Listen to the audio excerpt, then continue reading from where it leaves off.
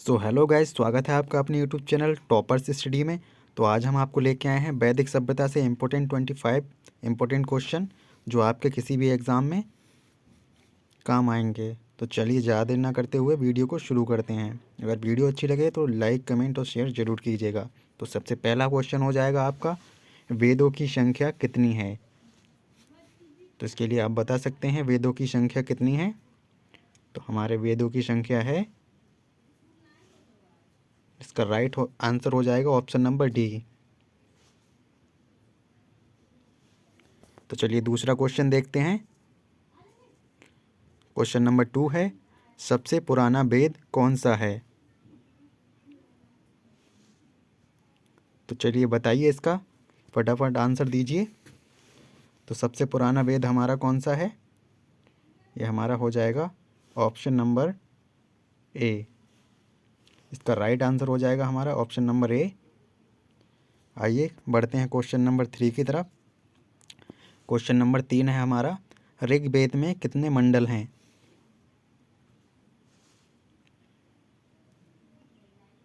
तो हमारे ऋग्वेद में कितने मंडल हैं? तो इसका राइट आंसर हो जाएगा ऑप्शन बी। ऋग्वेद में हमारे 10 मंडल हैं। तो चलिए आइए बढ़ते हैं क्वेश्चन नंबर 4 की तरफ। गायत्री मंत्र का उल्लेख किस वेद में है? तो चलिए दोस्तों बताइए, इसका राइट आंसर क्या हो जाएगा? गायत्री मंत्र का उल्लेख किस वेद में है?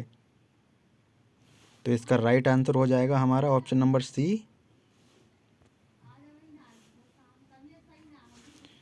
इसका राइट आंसर हो जाएगा ऑप्शन नंबर सी। चलिए बढ़ते हैं क्वेश्चन नंबर 5 की तरफ।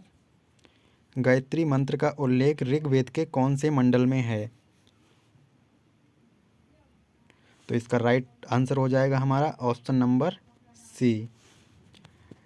गायत्री मंत्र का उल्लेख हमारा ऋग्वेद के तीसरे मंडल में है। ठीक है, तो चलिए क्वेश्चन नंबर 6 की तरफ बढ़ते हैं। ऋग्वेद में सबसे पवित्र नदी किसे कहा गया है? ऋग्वेद में सबसे पवित्र नदी कहा गया है सरस्वती को। किसे कहा गया है? सरस्वती को। हमारा आंसर हो जाएगा ऑप्शन नंबर डी। चलिए बढ़ते हैं क्वेश्चन नंबर 7 की तरफ।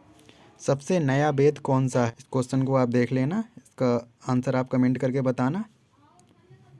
7 नंबर क्वेश्चन का आप कमेंट करके बताना। चलिए बढ़ते हैं क्वेश्चन नंबर 8 की तरफ।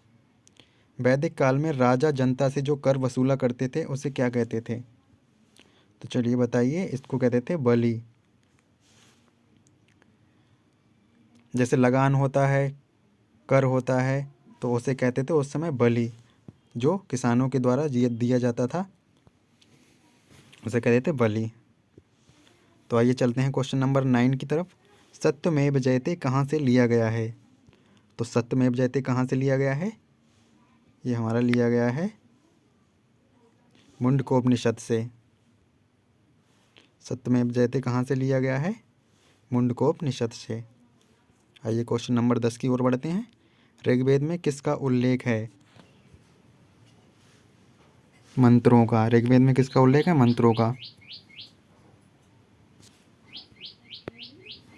तो आइए क्वेश्चन नंबर 11 की तरफ बढ़ते हैं। ऋग्वेद में कुल मंत्रों की संख्या है? तो इसका राइट आंसर हो जाएगा ऑप्शन नंबर डी। इसका राइट आंसर हो जाएगा ऑप्शन नंबर डी। आइए क्वेश्चन नंबर 12 की तरफ बढ़ते हैं। सामवेद में किसका उल्लेख है?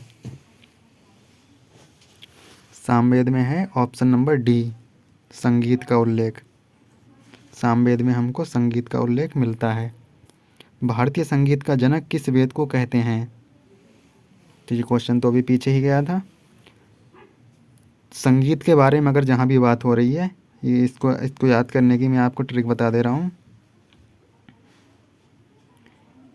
सामवेद, सामवेद और सा से स्टार्ट हो रहा है, इसका पहला लेटर सा से स्टार्ट हो रहा है, और इसका संगीत का भी पहला लेटर सा से स्टार्ट हो रहा है। तो इससे आपको ध्यान रहेगा, सा से सामवेद, सा से संगीत। ठीक है, आपको इस तरह से ध्यान रखना है। तो इसका राइट आंसर हो जाएगा ऑप्शन नंबर डी, सामवेद। तो चलिए बढ़ते हैं अगले क्वेश्चन की तरफ। यजुर्वेद में किसका उल्लेख है? यजुर्वेद में किसका उल्लेख है? तो इसका सही आंसर दीजिए आप। इसका राइट आंसर हो जाएगा ऑप्शन नंबर बी, कर्मकांड। चलिए बढ़ते हैं अगले। अथर्ववेद में किसका उल्लेख है? तो इसका राइट आंसर हो जाएगा ऑप्शन नंबर बी, अथर्ववेद में रोग निवारण व जादू टोना का उल्लेख दिया गया है। तो चलिए बढ़ते हैं अगले क्वेश्चन की तरफ। उपनिषदों की संख्या है? तो इसका राइट आंसर हो जाएगा हमारा ऑप्शन नंबर सी, उपनिषदों की संख्या क्या है? 108। उपनिषदों को अन्य किस नाम से जाना जाता है? तो इसका आंसर दीजिए। उपनिषदों को अन्य किस नाम से जाना जाता है? तो इसका राइट आंसर हो जाएगा ऑप्शन नंबर सी। आइए क्वेश्चन नंबर 18 की तरफ बढ़ते हैं। व्याकरण की सर्वप्रथम रचित पुस्तक है? बताइए, इसका राइट आंसर बताइए जल्दी से फटाफट। तो व्याकरण की सर्वप्रथम रचित पुस्तक हो जाएगी अष्टाध्यायी। कौन सी? अष्टाध्यायी।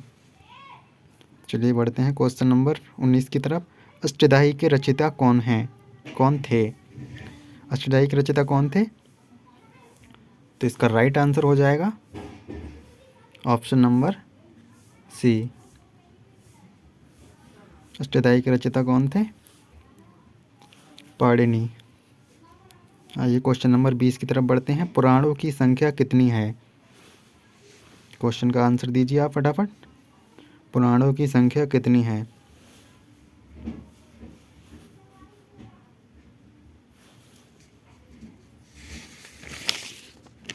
तो इसका राइट आंसर हो जाएगा ऑप्शन नंबर डी।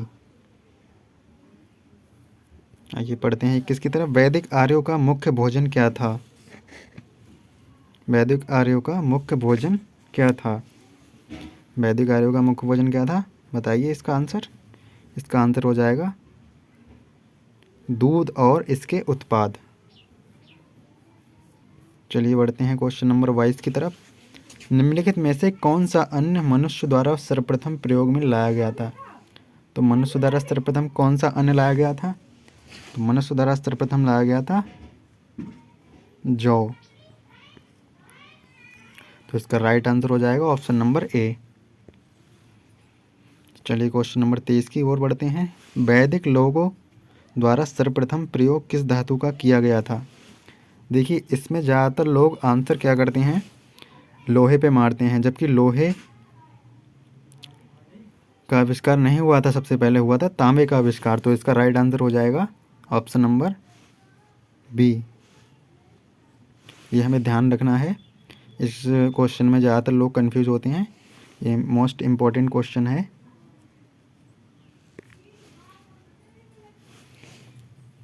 चलिए बढ़ते हैं ऑप्शन नंबर 24 की तरफ।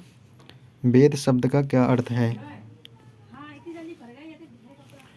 तो वेद शब्द का राइट आंसर हो जाएगा ऑप्शन नंबर सी, ज्ञान।